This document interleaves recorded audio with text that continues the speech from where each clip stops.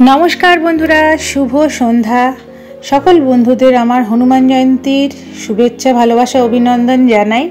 सबाई केमन आछो এই গরমে? आशा करছি मोटामुटी ठीकই आछो। एटाई হচ্ছে ঠিক কথা, মোটামুটি আছি। এই হাঁসফাঁস করা গরমে কেউ ভালো আছি বলতে পারবে কি? তো যাই হোক, সন্ধ্যাবেলা একবার আসানসোল বাজারে গিয়েছিলাম আমি একটা অন্য কাজে, কিন্তু তার সাথে তোমাদের হনুমানজি বজরংবলীর আমাদের আসানসোল জিটি রোডের ওপরে একটা মন্দির আছে, খুব সুন্দর এবং অতি পুরাতন। তো সেই মন্দিরটাতে পুজো হচ্ছে আর এত সুন্দর সাজিয়েছে বিয়ে বাড়ির মতো করে। তো খুব ইচ্ছা হলো যে সেটা ভিডিও করে তোমাদের সাথে শেয়ার করি। তো এখন বজরংবলীর আলাদা করে কোনো দিন হিসেবে পুজো আমরা বাঙালিরা কিন্তু আগে এটা করতাম না, মানে জানি না এই কথাটাকে তোমরা কারা কিভাবে নেবে। তো গণেশ চতুর্থী বলো বা হনুমান জয়ন্তী বলো, এইগুলো কিন্তু নতুনভাবে আমাদের কাছে এসেছে, আমরা আলাদা করে সেগুলোকে সেলিব্রেট করি।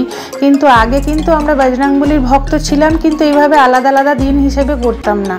তো যাই হোক, ভালোও লাগে। কি সুন্দর আলো মানে সজ্জা করেছে দেখো, প্রজাপতি, মানে পুরো বিয়ে বাড়ির মতো লাগছে। আমি এই মন্দিরের ভিডিও একটা ছোট শর্টস, আসানসোলে তো অনেকই ব্লগার আছে, তো একজন ট্রাভেল ব্লগারের এরকম দেখলাম যে এরকম একটা সুন্দরভাবে সাজিয়ে গুছিয়ে, এবং প্রতি বছরই এটা হয়।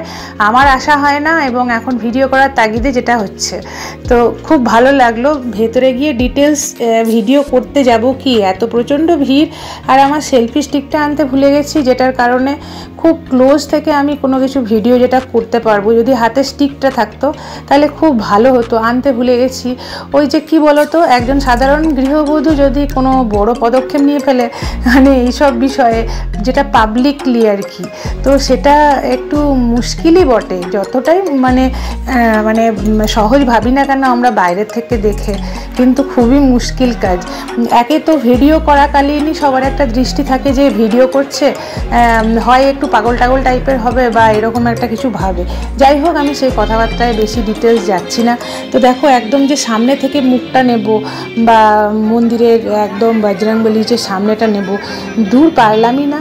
ওই তোমাদের সাথে শেয়ার করছি। আর প্যান্ডেলটাকে এত সুন্দর করে সাজিয়েছে, কিন্তু প্রচণ্ড ভিড়, আর এত ভিড়ের মধ্যে মানে ঠিকঠাক করে মানে ইচ্ছাও করছিল না যে খুব ঠেলে বুঝে গিয়ে একটু ভিডিওটা করে আনি, তোমাদের সাথে শেয়ার করলাম। বজরংবলী সবার সহায় হয়ে থাকুক, আমাদের সংকটমোচন। তো আমি তো খুব ভক্ত, এবং আমি তার ফলও পেয়েছি ভীষণভাবে। হনুমান চালিসাটা এক নাগারে পাঠ করে গেলে মনের অনেক অশান্তি দূর হয়ে যায়, এটা আমি কিন্তু খুব ভালো মানে ফিল করতে পারি আর কি, যাকে বলে। অনেকেই তো অনেক কিছু ভক্ত থাকে, তো আমি ভীষণভাবে ভক্ত। যাই হোক, আর এটা হচ্ছে গিয়ে এই যে ভিডিওটা এখন শেয়ার করছি তোমাদের সাথে, এটা হচ্ছে আমি যেখানে থাকি সেখানের মানে কাছেই, আমরা যেখান থেকে টোটো ধরি সেখানে বজরংবলীর একটা ছোট মন্দির আছে অশ্বত্থ গাছতলায়।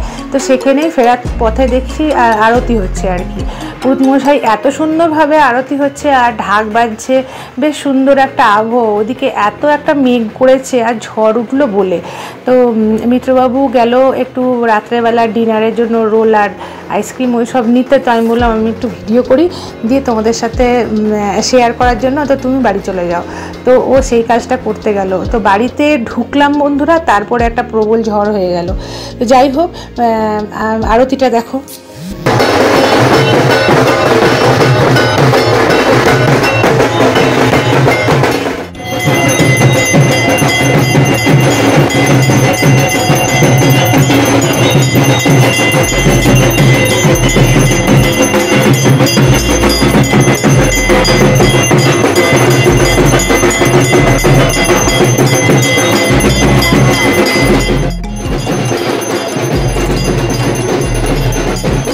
আসানসোল বাজার থেকে মায়ের জন্য একটা কুর্তি আর একটা সালোয়ার প্যান্ট আর কি, যেটা হয় কিনেছি।